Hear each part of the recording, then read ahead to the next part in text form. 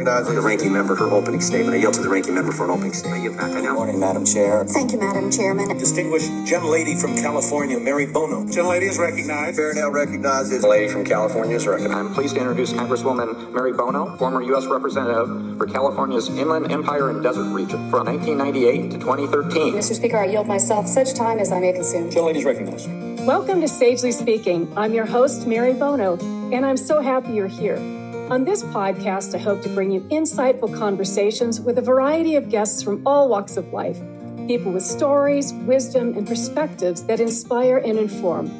If you enjoy the show, please subscribe, and if you feel inspired, leave a 5-star rating. It helps us reach more listeners like you. Now let's dive into today's conversation. Hello, and welcome to Sagely Speaking. I'm Mary Bono, and I'm very excited to welcome my special guest this week. He didn't have to travel far to be on my podcast. It's my husband. He's sitting in the kitchen on his computer, his headphones and mic, and I am in the office. So it's going to be an interesting interview for sure. It's a departure from our normal topic, which is usually drug abuse prevention and awareness. But my friend Kim had this idea. Let's put Steve on the show and let them learn a little bit about Steve. I happen to live with and am married to a very extraordinary man with an extraordinary career. He's fascinating. He's one person that I've been with where big name celebrities actually stop in their tracks to talk to him about his life. And that's always a thrill. And believe it or not, Steve Oswald, my husband, is kind of shy. You'll hear that, I think, in this interview. I've tried to pep him up to be funny and engaging, but you'll probably hear that he's a little shy. It's hard for him to talk about himself. But let me tell you a little bit about my husband, Steve Oswald. During his 30-plus year government career with both the Navy and NASA, he served as a naval aviator, a test pilot, a space shuttle astronaut, and a senior executive. As an astronaut, he flew 3 space shuttle missions, commanding STS-67 aboard the Space Shuttle Endeavour in March of 1995, after piloting 2 missions aboard Discovery in 1992 and in 1993. In 1996 through 1998, Steve was assigned to NASA headquarters in Washington, D.C. as Deputy Associate Administrator for Space Operations, where he was responsible for the Space Shuttle, expendable launch vehicles, and space communications programs for the agency. It's a mouthful, tough to say. Steve is a 1973 graduate of the U.S. Naval Academy. He was an aerospace engineering major, and he was a 1978 graduate of the U.S. Naval Test Pilot School. Now, Steve and I spent the weekend in Ogden, Utah, at the 95th Bomb Group Memorials Association reunion, where he and I were able to talk a lot about our fathers and the inspiration they were for us in our lives. My dad was a waist gunner in a B-17. He served, he was based in England. He flew over 20 missions flying over Germany during World War II. And Steve's dad was a naval aviator based in the Pacific. So I think that our fathers gave both of us very similar outlooks on life, some similar ethos, political views, all of the above. But Steve, welcome to Sagely Speaking. It only took us over 20 episodes to think to bring you on. Thank you for doing this. Well, thank you for having me. I'm sure that I'm here just because Kim and John are getting bored listening to the same topic. So maybe we can move in a little different direction. But that visit up to Ogden was pretty special. And remembering the B-17 guys that flew in the 95th Bomb Group was really a privilege, and made me think about my dad. And your dad and my dad couldn't have been further apart on the planet in World War II, right? He was in England. Your dad and mine was stationed in Attu, which is one of the furthest west islands in the Aleutian chain. And their missions were very different too. The B-17 guys flew with dozens of airplanes on a strike, and later in the war, probably hundreds of airplanes on a single mission. And my dad was flying a twin-engine Lockheed Ventura PB-1, and they flew single ship out of Attu, 8 hours one way to the Creole Islands and bombed and strafed, and then turned around and came back. So very, very different missions, but probably exactly the same attitude. Worried about making it back, worried about getting the crew back, and most worried about maybe the possibility of letting their comrades down. Probably more afraid of that than actually the physical danger that they were in. Pretty amazing guys. And then they came back and never talked about it. And both of our dads ended up being healthcare professionals. Yours an ENT doc and instructor at USC, and my dad a dentist in Bellingham, Washington. One thing, though, that's different, Steve, is that you decided to go into the military. So you were inspired, and I would love for you to talk about that inspiration. Yet with my family, my brothers, my sister, and I, nobody was inspired to join. So that's a huge difference. What inspired you and to join the Navy when? Well, I think if your dad came back and went to school, and my dad came back and went to school, except he stayed in the reserves, the Navy reserves, partly, I think, to help pay for school, and partly because he just loved the flying. And they offered him the opportunity to transition from this twin-engine bomber patrol airplane to fighters. So he flew Hellcats and Bearcats and Corsairs and later A1s out of Seattle, and he just loved doing that. He did that. I think he was in 23 years before he finally retired.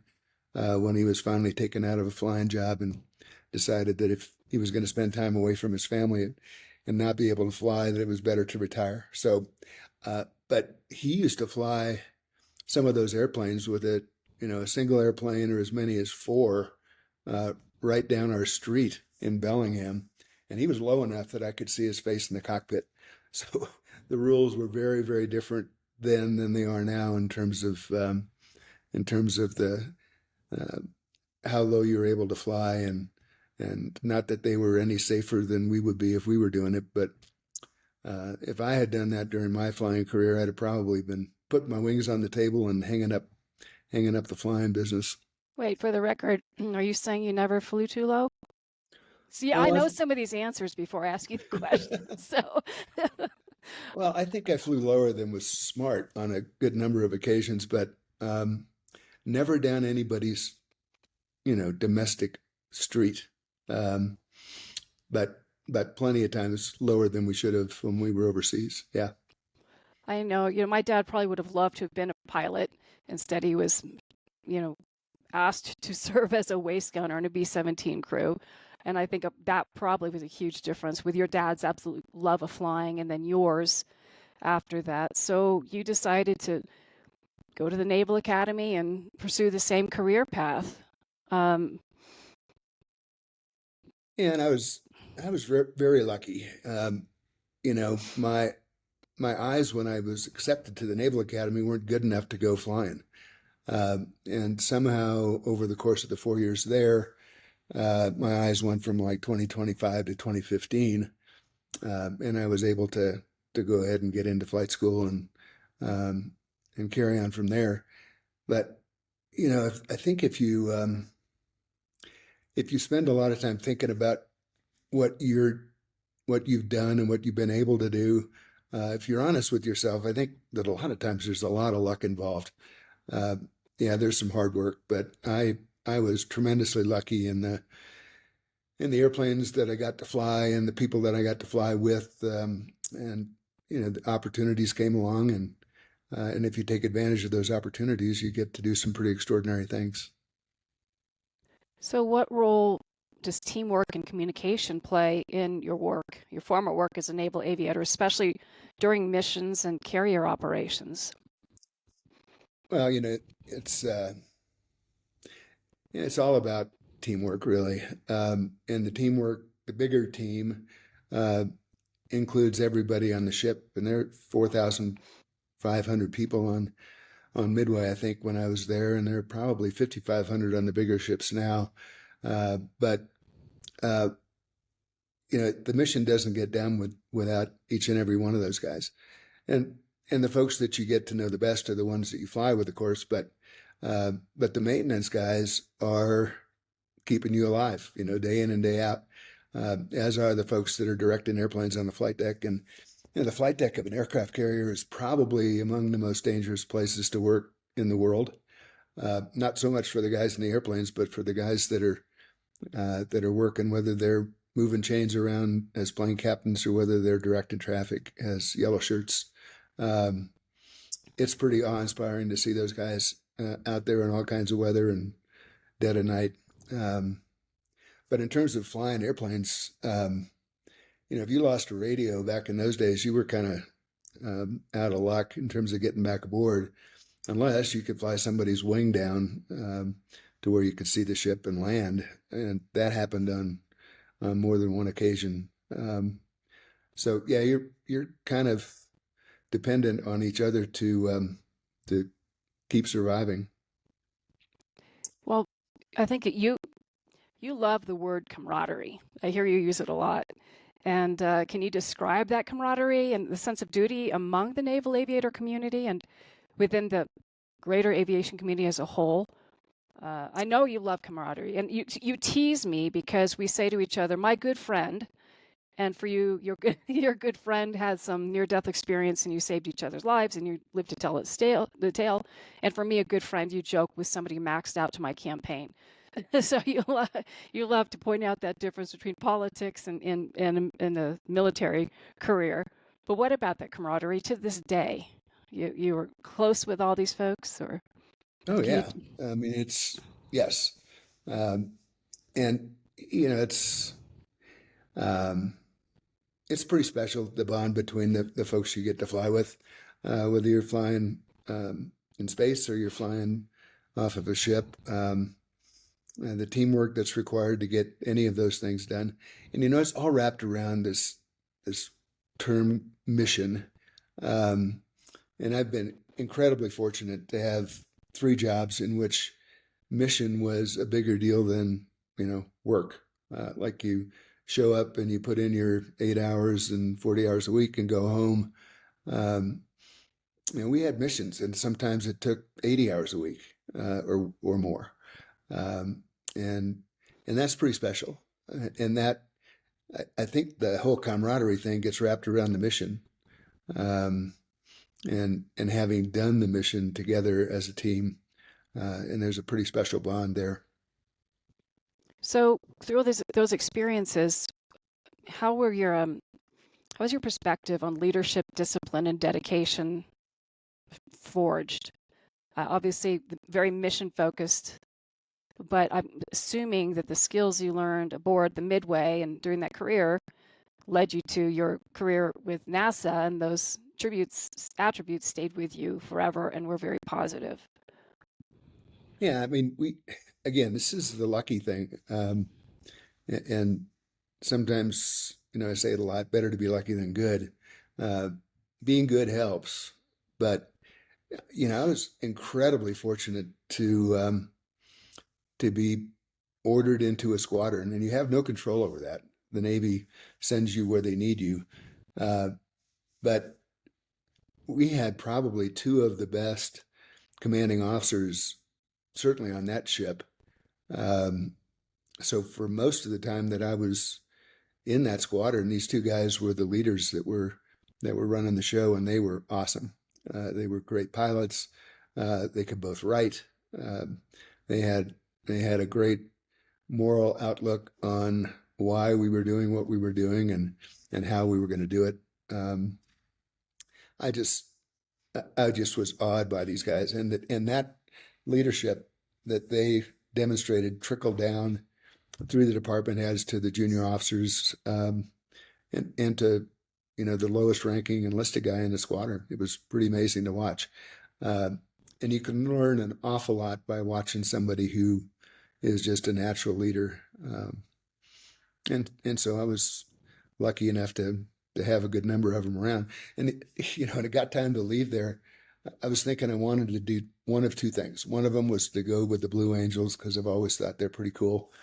And then the other one was to go to test pilot school.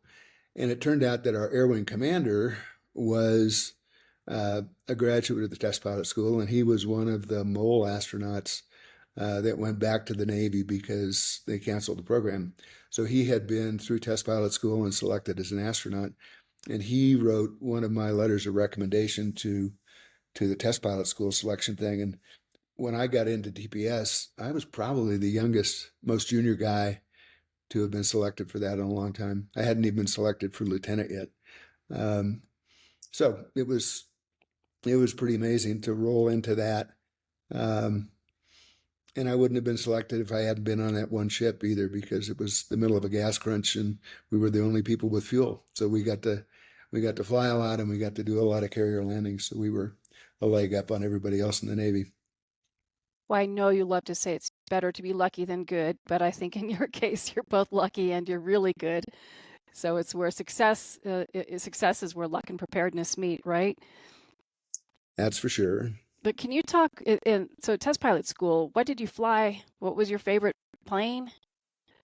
There were a lot of them at test pilot school. I mean, you come into test pilot school having flown 3 or 4 airplanes and you leave having flown over 40. And they range from gliders to helicopters to a twin engine Army airplane called the Mohawk, the OV-1.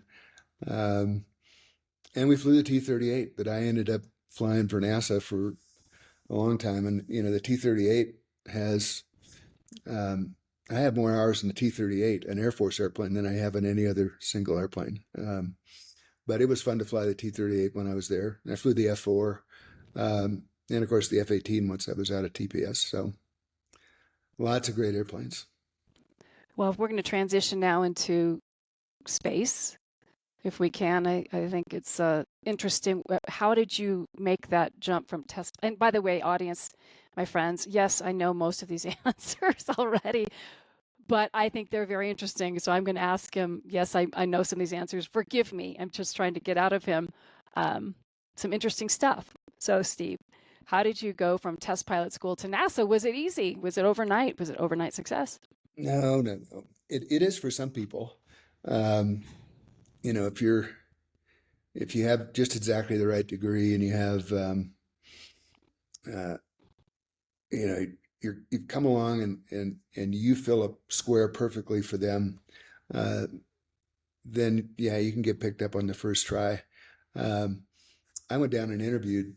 They picked the first astronauts in 1978, first shuttle astronauts in 78, and they had a big class, 35 folks, but of those 35, I knew like 3 of them, and I'd been drinking in the bar with them for 6 months there at Pax River. I was still in school, and they were off in the test directorates. But anyway, I knew these guys, and they were sort of like me. So I figured next time I would apply, and I did in 1980. I interviewed, didn't get selected, but I wasn't expecting to because I was still like 28 years old, I think. But then I interviewed again in 84, which was the next time they took applications, and wasn't selected. But I was invited to come down and do basically an instructor pilot job in T-38s with NASA. So got down there, I think, in November of 84, and they interviewed again that next year in 85, and I was selected. I think they announced that in like May, and we started in August. So yeah, it all worked out. It just didn't happen as quickly as I was hoping, but better late than never. And it wasn't even all that late because we ended up losing Challenger that next January of 86. And then we were in kind of a holding pattern for our class was expected to fly within 3 years, and it ended up being more like 6. And after Challenger, you worked very hard at trying to figure out what went wrong and how to fix it and make sure it didn't happen again. Yeah, I didn't do too much about figuring out what went wrong. There were a lot of guys, a couple of accident boards that did that, and figured out pretty quickly that there was a pretty massive leak in one of the field joints that caused that accident. The question about how to fix it took a lot longer. And then once they figured out what might work in terms of a fix, trying to figure out how to test it so that we had enough confidence and going to fly again. So yeah, that took probably 2.5, 3 years to get to where people felt good about that. And I spent an awful lot of time. It was a privilege to work with a couple of groups that were monitoring the redesign of the solid rocket motor. And I spent a lot of time in a T-38 going between Houston and Ogden, Utah, Hill Air Force Base, where Morton Thiokol was located, the manufacturer of the solid rocket boosters, and then Huntsville, which is where the Marshall Space Flight Center is. And it was their program within NASA. And then, of course, the Cape in Washington every now and again. So real privilege to be able to do that. But a lot of work, a lot of time in the air, and a lot of time sitting in meetings. Yes. When I hear you talk about the transition from the simulators and the training to the real flight, I love the stories that you tell. Can you talk about the training and then your first flight and what it was like to launch, and that you still thought that was a good idea? It's a great idea. I think, first of all, one thing about being able to spend so much time on the solid rocket motor redesign, I didn't have any concern at all about the solid rocket motor's ability to perform after having done that. So, a lot of people ask me, why would you get on this thing after you were there and you watched it come to pieces? It just wasn't a concern with the solids. There were plenty of other things to be thinking about, but not that. So anyway, one of the things that is, they do an amazing job of simulating every aspect of the mission that you're going to fly. And they have a lot of different simulators, including an airplane, shuttle training airplane that we practice landing the vehicle in. And they do as well as they can on everything. And we have this motion-based simulator that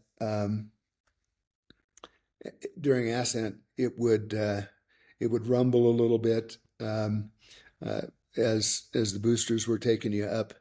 And then the booster separation, when you get to that, it kind of brings you back down again because the G's are coming off. And then there's this little thump, hydraulic thump that you get, and then a little pink glow on the windshield where the booster separation rockets are beating against the windows. And that's it. It's kind of a nothing. And then you get in the real vehicle and you get to this booster separation thing at just after 2 minutes in flight. And there's this huge clang as the bolts fire that release the boosters from either side of the cockpit. And then those rockets fire. And instead of being this nice pink glow, it's, red and orange and white flames that are, and it lasts about a week instead of the second and a half that and then I got back and I asked this friend of mine, Hoot Gibson, why didn't you tell me about booster separation? And he says, oh, you mean the train wreck? I said, yeah. And he said, well, that's something you ought to learn on your own. So we'll continue with our interview in a moment, but first I'd like to thank my sponsors. Lucy Pet Foods is the leader in gut health. Their formulas for life feature prebiotic, balanced fiber that nourishes your dog and cat's total health. Every purchase helps support the Lucy Pet Foundation, a 501c3 charity helping animals. Save 15% off your first order and use the promo code SAGELYSPEAKING, all one word, and you will get free shipping at lucypetfoods.com. If you're committed to tackling the opioid and addiction crises, then you need to be at the 2025 RX Summit. Use code SAGELY, that's SAGELY, for an extra $100 off. Join top experts and professionals as we share strategies for prevention, deflection, treatment, and recovery. Don't miss this chance to be part of the change. Head over to rx-summit.com to register now. That's rx-summit.com for an additional $100 off. The mom of 2 amazing kids, I know how important it is to keep our children safe. And that's why I talk to them about the dangers of drugs. It is not always an easy conversation, but it's essential. By talking openly, we can help our kids understand the risks, which will help them make smart choices. Create a safe place for our kids to ask questions and share their feelings. Together, we can empower them to just say no. Start the conversation today. Your kids' future depends on it. The greatest gift is a conversation. And now, back to our interview. You have mentioned to me time and time again that your first experience with that and then your subsequent missions, your flights, you had some fun with warning the crew, the newbies, what to expect. I think you were kinder than Hoot was on giving them sort of a gentle introduction to what they were about to experience. Yeah, I tried to keep everybody aware of what was going on during ascent. We didn't do that many simulations of ascent or landing with the folks that were riding downstairs. So the four folks that were on the flight deck were in the simulator. Sometimes only three of us: the commander, the pilot, and the flight engineer. The mission specialist number 2 sits right between the pilot and commander and a little bit aft. And then the mission specialist 1 also rides on the flight deck, but he or she is often spending more time doing the science training with the folks that are riding downstairs. So, having all 7 folks in the vehicle doesn't happen very often until you're actually in the vehicle going to do it.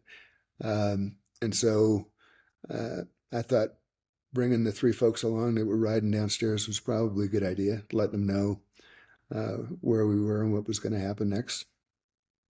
Yeah, good for you. That's what I would have hoped for rather than the surprise. But, we talk a lot, as you know, Steve, because you listen to all of my podcasts. We talk a lot about mental health and, drug addiction, which we're not going to talk about on this podcast episode. But what about the psychological challenges of being in space? How do they prepare you for that? For me, the thought of being held in a metal container without any ability to take a walk or to get out or breathe fresh air, I would have claustrophobia for sure. And as you remember when we met, I told you that I thought there was nothing pretty above tree line. So we had a pretty interesting conversation about that. But the psychological challenges, I think you get a little claustrophobic going to an MRI machine. How did you manage living on the space shuttle?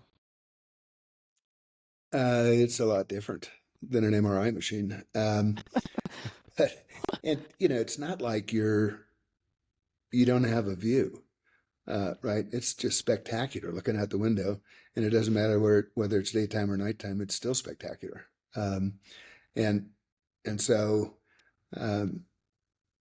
I actually was kind of hoping for more time to be able to spend looking out the window, because I was planning on going back and flying mission number 4 and number 5. And it just didn't work out that way. But, I think it's very different, flying an airplane versus flying a spaceship. The whole mission thing is the same, and, the landing aspects are the same. But you train for so long for this, in the case of my first flight, 8-day mission, and the last flight was 17 days. And you train for years to get that done. So once you finally get into it, you're kind of hoping it doesn't end so quick. It's just a pretty phenomenal experience. But and I've been beating up my knees, weighing over 200 pounds for most of my life, and it was really nice to be weightless for a while. Actually, talk about being weightless. I love what happens to your body and to your spine and yes. Yes, we had one experiment on my first flight, which was a Spacelab module flight. So we had this big module in the payload bay and a tunnel that went from the middeck out to the module. And one of the experiments that was in the module was called back pain in astronauts.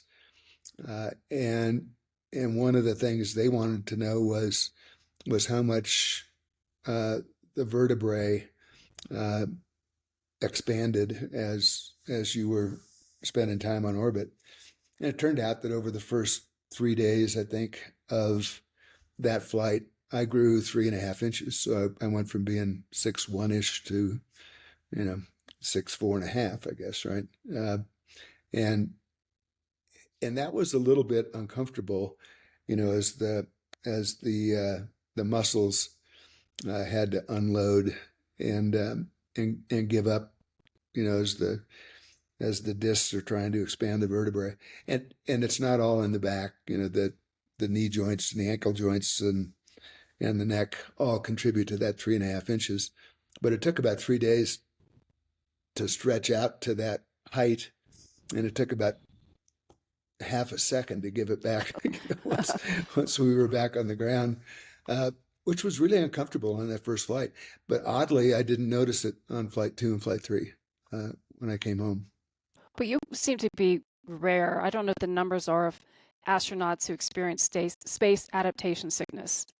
And you had very little, but again, crewmates of yours had severe sickness when they got to orbit. How did you prepare for that? Did people have any idea they might or might not get it? And what's it like? I don't think it's predictable at all. And I think that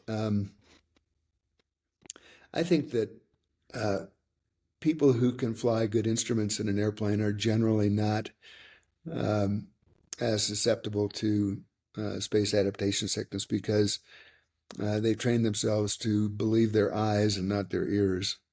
And I do believe, that the docs would tell you that they don't know yet what causes SAS, but I think it's mostly a disconnect between what the eyes are seeing and what the ears are experiencing with respect to mostly the otolith organ, where those little hairs that stick up with the weight on top that are the accelerator measuring device for humans. It's just all screwed up on orbit because it relies on gravity for most of what it's telling you. And so if you fly when you're 40 years old, you've been believing your ears for 40 years. And 8.5 minutes after liftoff, you're 0G and that inner ear thing is lying to you. So if you've had to focus on instruments in order to understand what the attitude of the airplane is and not believe in your ears,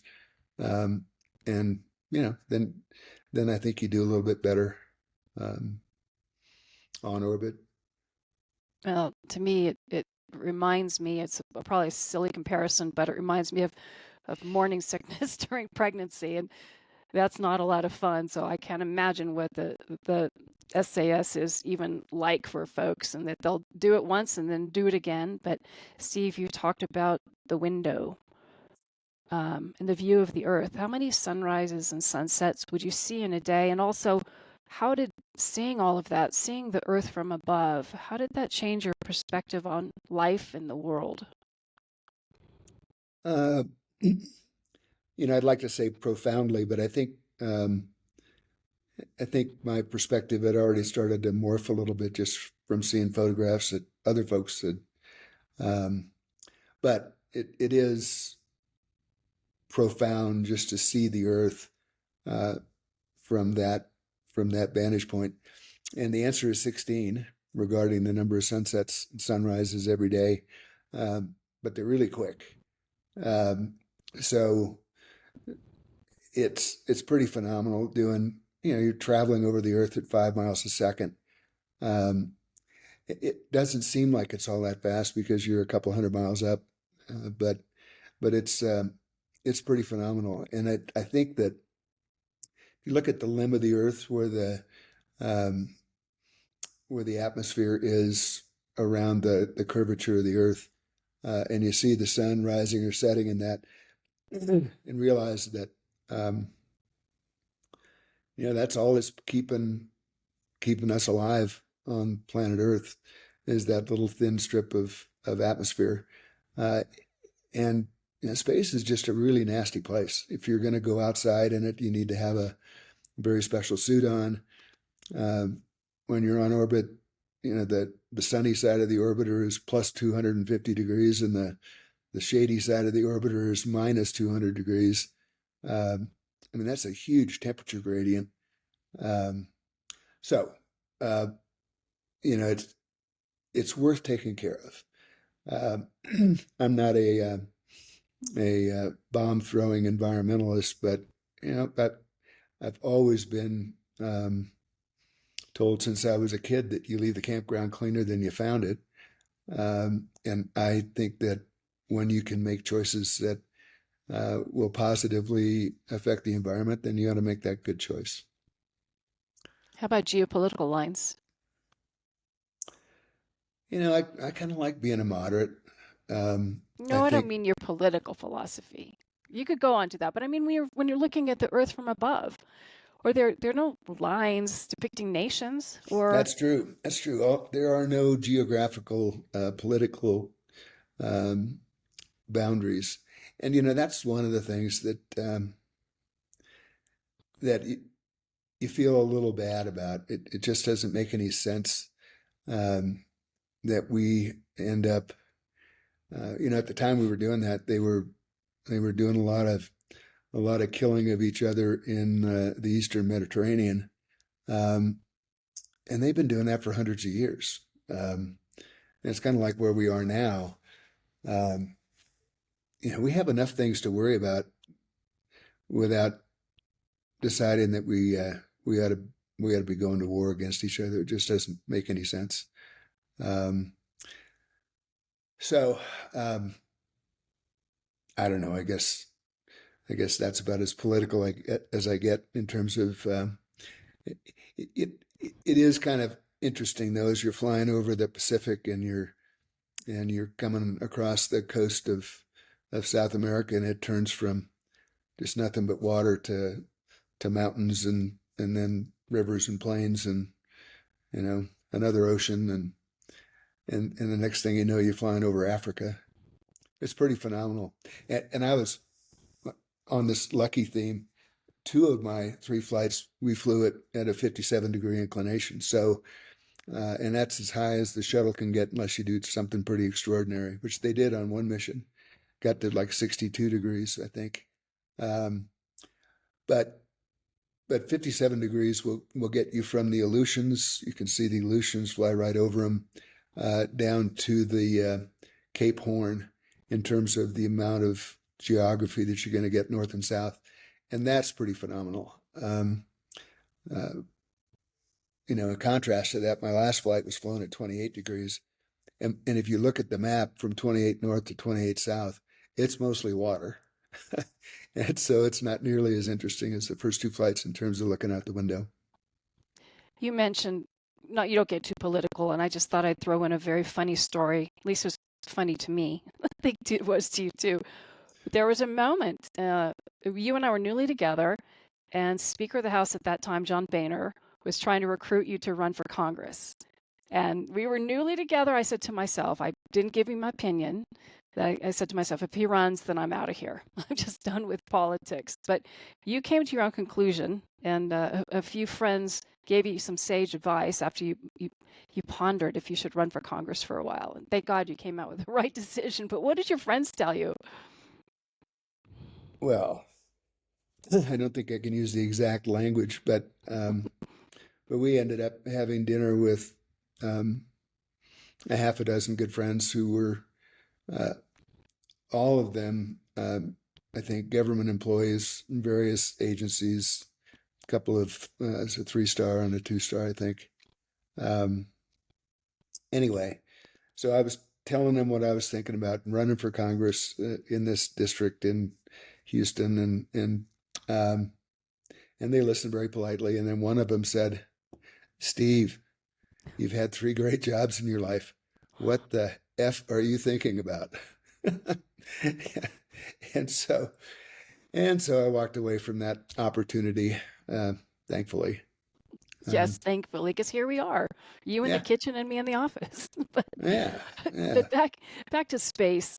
What technologies or advancements do you think will shape the future of space exploration? I think there's going to need to be something really different happening in terms of propulsion, in-space propulsion. Because right now, we can get to Mars, but it's 7 months one way.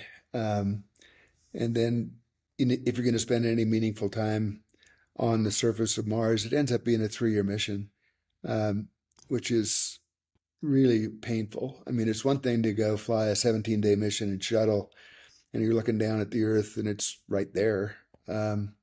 Or even to go to the moon, which is 2.5 days away with the current propulsion technology. That's not very tough.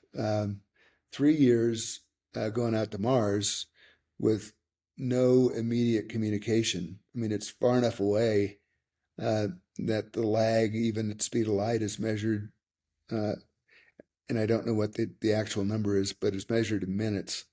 That's hard.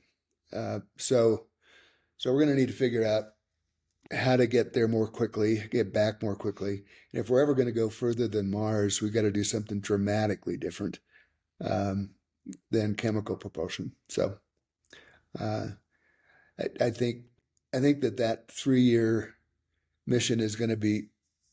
We didn't do a whole lot of psychological stuff. You asked me about it, and there wasn't a whole lot that we did. Everybody was just excited to go. But NASA's going to have to spend a lot of time thinking about how to keep people psychologically healthy during that Mars mission. Absolutely. Again, with no tree line to look at in my instance, I can't even imagine what 7 months would be in a tin can floating around. And by the way, you were wrong about there's nothing pretty above tree line. You know that, right? Okay. Tell me how wrong I was. Although you can't wait to go fishing. You even got a fishing shirt on right now. So I think you're conflicted on this. I just look out our window here and, those mountains that are above tree line are very, very pretty. Just saying. You're right. You're right. I think the great piece of advice for any marriage is, right, you can either choose to be right or you can be happy. Never be happy, yes. I know. Oh, you're right, though. You're 100% right, though. But, of course, you know what I love? When you walk around, not only the United States, but I would say the world, it's very common to come across somebody wearing a NASA T-shirt. You don't see a lot of people wearing like the IRS T-shirts, and no longer do you see people wearing a U.S. Congress T-shirt. But NASA, people reaching for the stars. It speaks to our better selves and exploration and looking up and dreaming. What advice would you give to someone aspiring to become an astronaut? I always tell young people that getting to be an astronaut is an incredible long shot, but what you should do is find something that you love doing. In my case, it was flying airplanes. For others, it was being an MD or being a geologist or being whatever. But if you find something that you love doing, then you're probably going to be pretty good at it because it's not like work. It's something that you wake up to every morning and can't wait to go do it again. And if you're lucky enough to find that, and oh, by the way, it's something like, some field of science. And NASA hires mission specialists that are operations guys, that are MDs, that are astrophysicists, all kinds of different disciplines. Generally, they are all technically trained somehow.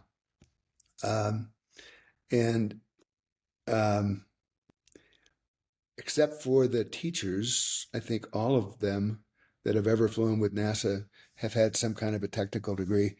But the other thing that is really good to have, doesn't always work out that way, but finding people that are bright enough, have a great work ethic, and can work well with others is probably the three main criteria. And actually, I think if I was never on the selection board, but I've been told that the rule number one is don't pick a loser.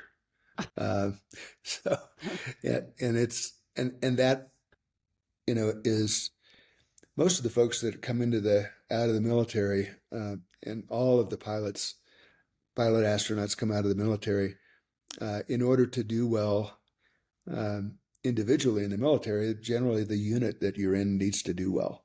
And so all of those people have learned from an early age that the success of the organization is critical to your own success. And so generally they put the mission ahead of self. And there are a lot of folks that come out of academia where almost the opposite is true. And so picking the good mission specialists, the good scientists, is more difficult, but they got it right almost every time. It's pretty amazing. Bunch of great folks. There are thousands of questions I could ask you, and certainly very technical questions that a lot of other people could probably get a lot deeper into than I'm capable of doing. But one thing that I didn't ask you, and I think for me it's an important thing you talk about a lot, and that is when people say, what was the scariest thing? Then, launching into space or, something else in your career, and you talk about nighttime carrier landings. And so back to your naval career, nighttime carrier landings. Yeah, that's still the most tense thing that I've ever done. It is kind of interesting. One of the early guys, one of the original 7, and I might have been Cunningham, can't remember, but one of them was heard sitting on the pad, and he apparently had forgotten that he was hot mic, and he said, "Oh, please God, don't let me F this up," right? And there's a lot of that you think about, and behind the ship at night, especially when the deck is moving, I've never seen anything blacker than a moonless night at sea, and all there are the lights of the glow of the lights in the cockpit, and then there's the ship that's out there, and you can see the lights, and they just get bigger and bigger as you're coming down. And when the deck's moving, sometimes you just can't land. And the landing safety officer, the LSO, will wave you off and send you back into the black, and you make another trip around the pattern. That's spooky stuff. You had 99 landings. Yep, wasn't looking for 100. Yeah. I quit. I'm done. I didn't need, and after I left Midway, I didn't get to fly off the ship anymore, except for to take the F-8 out there and get 10 landings, all of them in the daytime. It was lovely. A lot of fun. Well, I could not be more proud to be your wife. And I think about this, and it's going to sound so corny to you, but our television throws up a screensaver on occasion, and there's a picture of the Earth from space, or something that you recognize instantly. And then my favorite thing is when you say, "Well, I might have even taken that photograph." But it's pretty cool to be living with somebody who can look at the Earth from above and have seen that view and remember it. But I also think, to get corny, everybody, that I just could not be more proud to be with somebody who has had a life of service to our country and has done it gladly, happily, with distinction and honor. And I am just so proud to be your wife. So thank you, Steve, for talking with us on Sagely Speaking. You bet. And the same back at you, Mary Nell. I couldn't be prouder to have you as my wife and live on this rock with our dog. It's pretty cool. But I also wanted to thank you for, and I know we haven't talked about the opioid epidemic or the fentanyl poisonings and that sort of stuff. But I do appreciate all the work that you're doing, you and Kim and John, and the folks at MAPTA, because it's a big deal. Between us, we have 11 grandchildren, and it's terrifying to think, and one of those is already at college, and the next one is going off next year, and that's spooky stuff. So educating these young folks about, the hazards that are out there is critical to their survival. So thank you. Well, thank you for being an ambassador for MAPTA and putting your talents and name and likeness behind the work that we do, and for giving me enough headroom to do it if I were a horse. But I want to, again, thank you. And I guess we have to get back to some yard work and figure out what's for dinner. But I will see you in the kitchen in a minute. But I wanted to thank you for listening, and thank you again to all of our sponsors, Tamarack Resort in Idaho, MAPTA, and MAPTA Action. Please like, subscribe, and share the podcast. And if you have any thoughts or comments, I would love to hear from you. You can find us at hello@sagelyspeaking.com. And again, a special thank you to John and Kim for all of their hard work on this podcast. Again, thank you for listening. And until next time, be well.